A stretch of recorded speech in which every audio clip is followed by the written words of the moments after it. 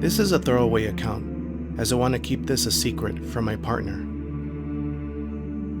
I lived alone in a small house in a small town in New Zealand, far away from the biggest region, Auckland. This all happened about 6.5 years ago, so some parts may be altered as I can't vividly remember this incident, when quite frankly, I should. This was one of the scariest incidents that had occurred in my lifetime, even until now. It all started when one morning I decided to open my front door to go and buy groceries I had forgotten to purchase from the local market that started around 8:30 in the morning every day, even on weekdays. Instead, I found the strangest thing waiting for me outside. Lying in the center of my doorstep was a small USB flash drive, so small that I nearly stepped on it.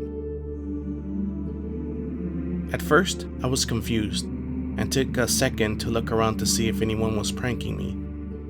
You know how those teens are these days, I thought. But when the outside of my house was dead silent, the questions began to flood my head. Who put that there? Was the obvious first thought. It was just a generic USB stick, no label or anything. No one would waste their time walking up to my house, placing it on my doorstep, I thought. But that was exactly what had just happened. There was no way to know where it came from, or who dropped it, or if they purposely did it for the sole purpose of someone curious and lacked common sense to plug it in. Well, I did what anyone else would do. I took it inside and thought it'd be smart to plug it into my computer. The device was full of pictures. In fact, nothing but pictures. Dozens of them filling up every tiny space of the USB drive could hold. I then opened the first picture and clicked through all of them in order. The first few were just shots around town. General places that I recognize and pass through sometime when I'm taking my morning stroll around the park. The fourth image was taken in our town's busiest street. In the image, the street was full of people, but there was somebody in it that caught my attention immediately. Me. The image showed me amongst the crowd, just minding my own business, buying groceries for my barbecue a day ago. Well, at first I thought, this was a small town. Was it just a coincidence that I was in the picture? The fifth image had been taken on the same day. Again, it was taken in our town. And again, I was in it. The photographer was closer to me this time. A little too close, I thought. Whoever had taken these pictures of me, I hadn't noticed them at that time. Next came several more pictures of me in various locations around town. Then something more chilling. A photo of a house. My house.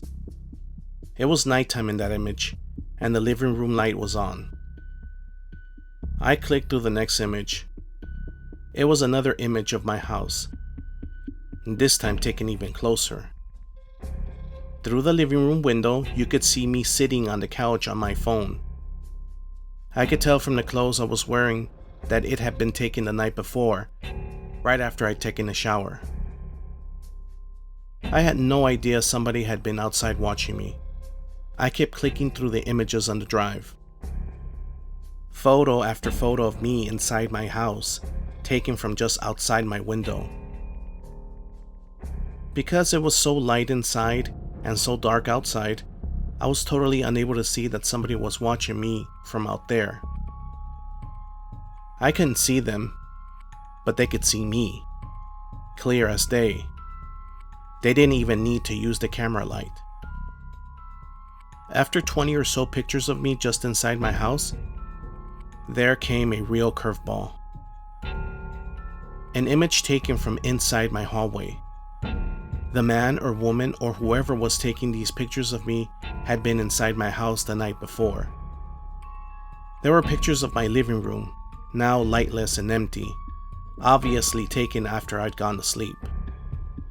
Photos of my kitchen, of my dining area, my stairwell, and several taken as the unknown figure ascended my stairs towards where I was sleeping.